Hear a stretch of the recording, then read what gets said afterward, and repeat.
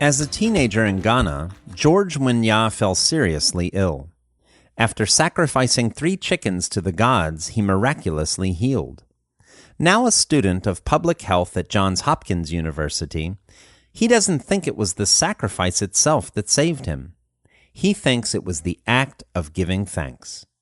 Growing up, Munya's father religiously sacrificed 3 chickens every week.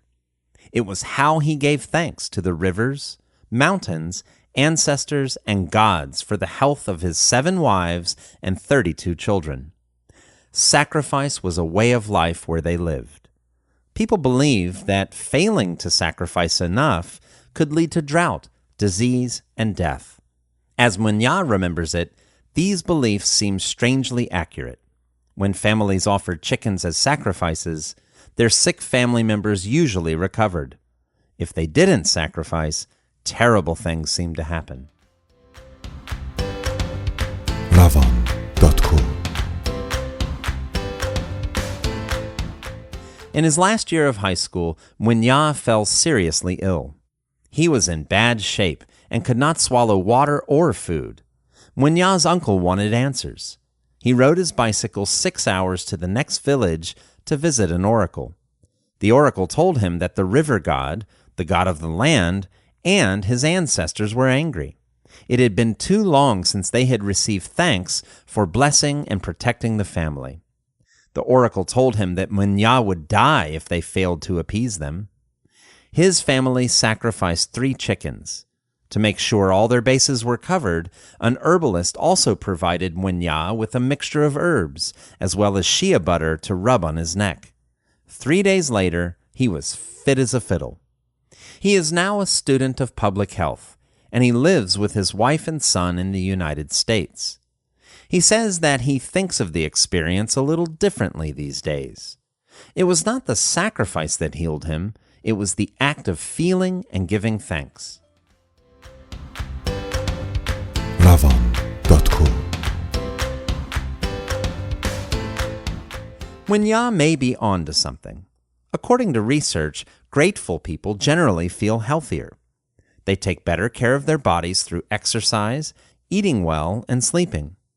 Feeling grateful also improves psychological health. It has been shown to increase happiness while decreasing stress and depression. But that's not all. Recent research also suggests that gratitude can prolong relationships, enhance empathy, increase self-esteem, and even help people overcome trauma.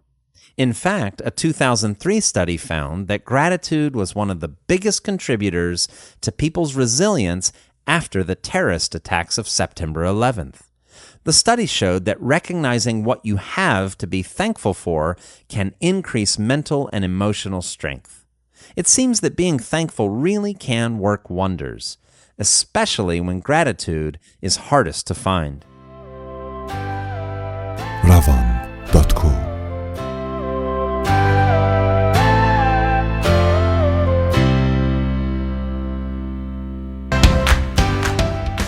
Timothy Treadwell spent 13 summers living with grizzly bears in remote Alaska. He loved them and gave them cute pet names like Mr. Chocolate. These wild animals were anything but cute. Weighing up to 1,700 pounds and standing up to 7 feet tall, these animals were dangerous. Treadwell wasn't afraid, though. He claimed he was an accepted wild animal and brother to these bears. The grizzlies begged to differ. They tolerated his presence, but ultimately killed him. Ironically, Treadwell believed the bears saved him from an early death. As a young man, he jumped feet first into a party lifestyle. He became an alcoholic and a drug addict. It was a near-fatal drug overdose which changed his fate. The brush with death saved him from an early grave. Treadwell decided he needed to get away from people. The remote and wild parts of Alaska were just what he needed. In 1989, he came face to face with the grizzly for the first time. Treadwell wrote, "The encounter was like looking in a mirror. I gazed into the face of a kindred soul." The grizzly ran away, but the seeds were sown. Treadwell called it a revelation. He never touched drugs again. He had found a new addiction, bears. For the next 13 years, Treadwell spent each summer filming himself getting closer to the bears. He believed he shared a unique bond with them and was there to protect them. Ravon.co. Bear experts criticized Treadwell for sentimentalizing the wild animals.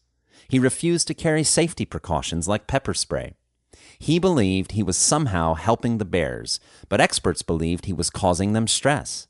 They claimed he got too close and harassed them by singing songs and even touching them.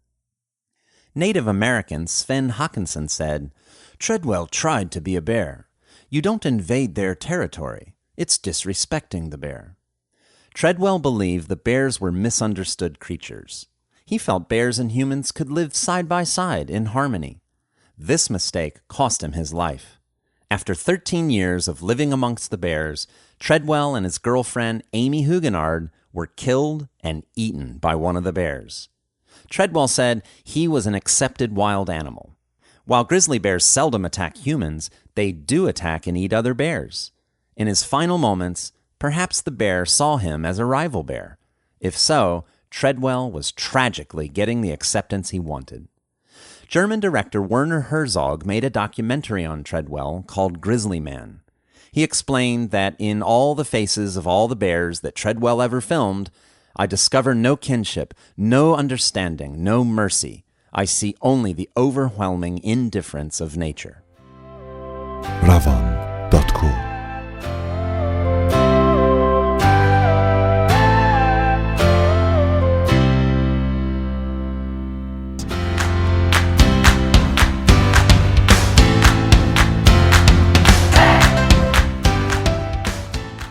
No one could spend money like Michael Jackson.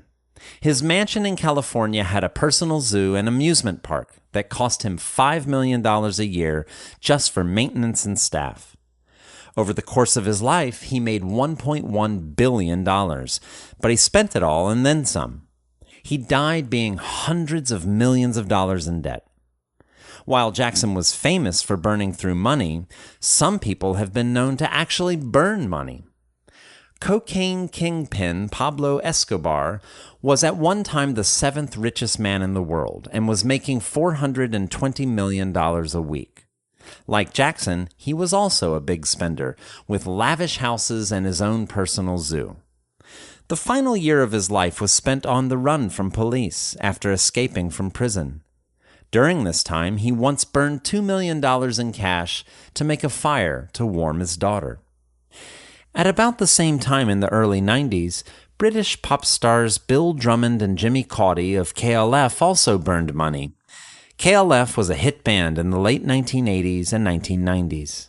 While they couldn't hold a candle to Jackson in earning power, they made good money. Ravon.co. After 4 years, Bill and Jimmy retired from the music business to become artists.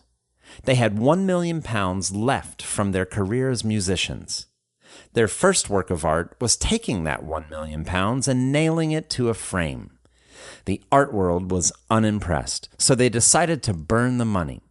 In July of 1993, they went to Scotland and one by one, they burned £1 million worth of 50-pound notes. They actually burned about £900,000, while about £100,000 blew up and out of the chimney.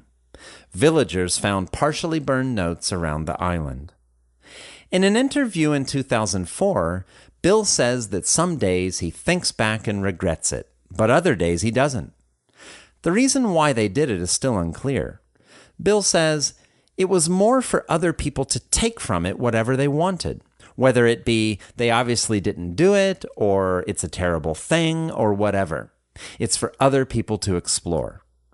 While most people probably think they were crazy, they did have their admirers.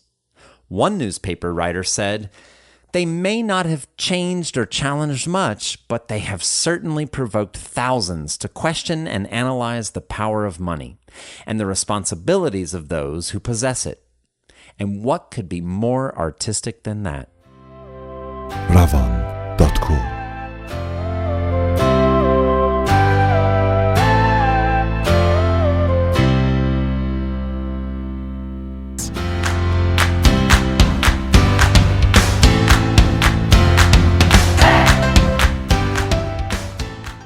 Our Milky Way galaxy may be home to 2 billion planets that have the right conditions to support life.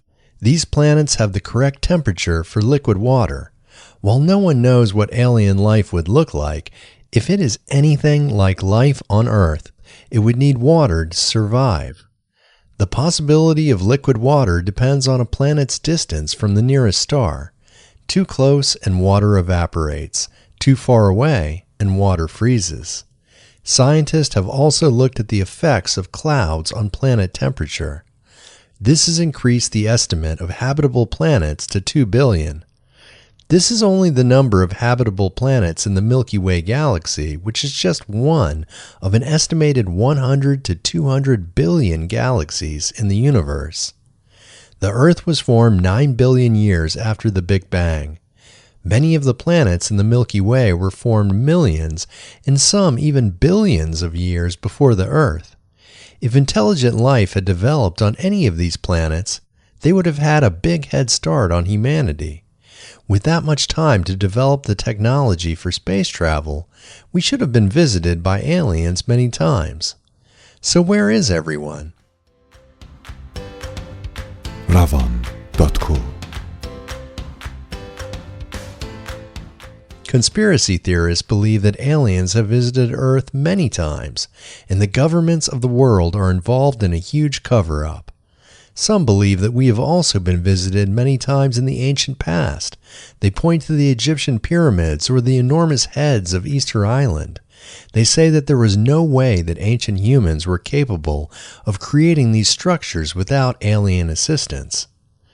According to Harvard professor Avi Loeb, we not only have been visited by aliens, we have concrete proof.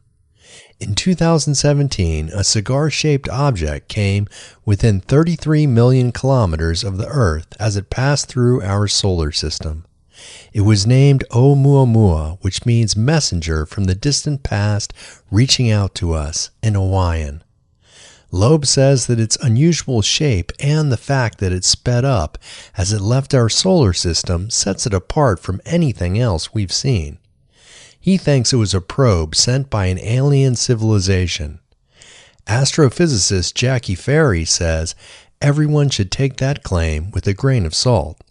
She is one of many scientists who say there are more plausible explanations for Oumuamua.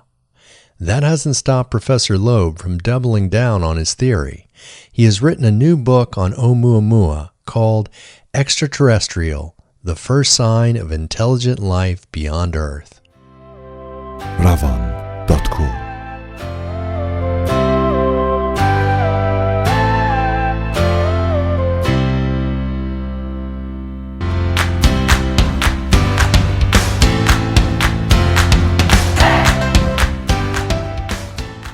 27-year-old Angus Barbieri was a big man with a big appetite. At 456 pounds, he was also classified as grossly obese. Unhappy with his weight, he decided to take matters into his own hands. In 1965, the 6-foot man visited a hospital in Dundee looking to lose a few pounds. The doctors advised Angus to go on a short fast. They believed it might help him lose a little weight. They recommended he fast for 40 days, but they didn't have high hopes that he would be successful. Angus exceeded expectations by going weeks without food. He was determined to reach his ideal weight of 180 pounds. However, fasts over 40 days are extremely dangerous. Angus didn't care. He was on a roll. He lived solely on a diet of vitamins and supplements as the weight continued to fall from his bones. Angus drank coffee and tea daily, but nothing solid passed his lips. The doctors gave Angus regular blood sugar tests to confirm he wasn't eating. Doctors were dumbfounded. Angus could function without food.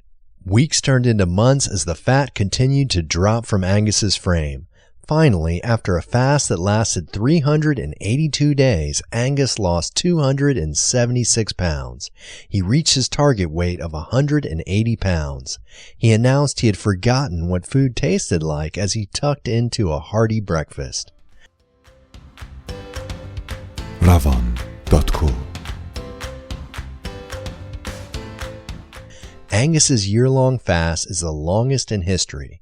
It is a fine example of mind over matter. While Angus's relationship with food is hard to believe, the appetite of Michel Lotito is even stranger. In 1978, he sat down for a most unusual meal. It was a Cessna airplane. It took him 2 years to finish the unusual dish. It's not advisable for even the most adventurous diner to chow down on 9 tons of metal. Yet, the Frenchman had a one-of-a-kind palate due to a rare eating disorder known as pica. The disorder gave Michel an unusual appetite for substances such as dirt, glass, or metal. Fortunately, nature had equipped Michel with a strong stomach with unusually potent digestive juices. He could consume and digest poisonous metals and get away with it scot-free. Michel was able to eat almost anything, including bicycles, televisions, and cars. He decided to turn his unusual appetite into a career. His peculiar talent led to giving public performances from the age of 16. He adopted the stage name of Monsieur Mange-Tout, which translates as Mr. Eat-All. The highlight of his career was devouring the airplane. He was given a brass plaque by the Guinness Book of World Records. It celebrated breaking a new record for the strangest diet in history. Monsieur Mange-Tout ended up eating the plaque. Ravon.co